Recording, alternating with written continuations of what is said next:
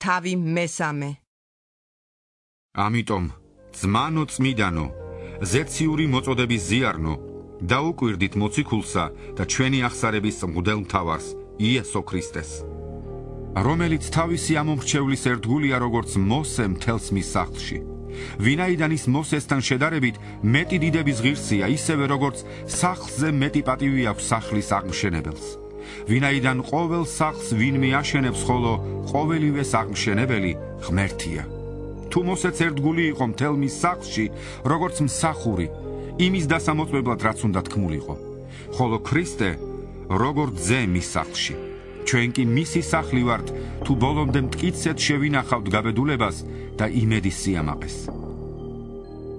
ამიტომაც, როგორც სული წმიდა ამბობს, დღეს როცა მოისმენთ მის ხმას, ნუ გაიქვავებთ გულებს, როგორც უდაბნოში გამოცდის დღეს დრტვინვისას, სადაც გამომცადეს მე თქვენმა მამებმა და ხედავდნენ ჩემს საქმეებს 40 წელიწადს.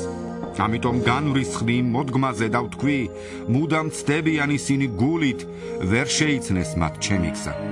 ამიტომ დავიფიცე ჩემი რისხვისას, ვერ შემოვლენ ისინი ჩემს სიმშვიდეში. თვალი გეჭიროთ ძმებო, რომ ვინმე თქვენგანს არ ჰქონდეს ბოროტი და ურწმუნო გული, რათა არ განუდგეს ცოცხალ ღმერთს. არამედ შეაგონებდეთ ერთმანეთს ყოველ დღე, ვიდრეღა ითქმის დღესო, რათა რომელიმე თქვენგანს გული არ გაუქვავდეს ცოდვის საცდურით.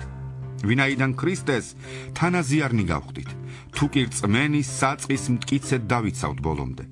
ვიდრეღა ითქმის, დღეს როცა მოისმენთ მის ხმას, ნუ გაიქვავებთ გულებს როგორც დრტვინვისას. ვინ იყო რომ მოისმინა და დრტვინვა იწყო?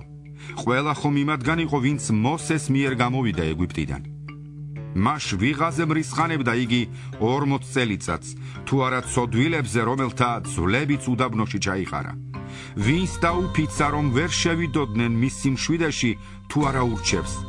და ჩვენ ხედავთ, რომ მათ ვერ შეძლეს შესვლა ურწმუნობის გამო.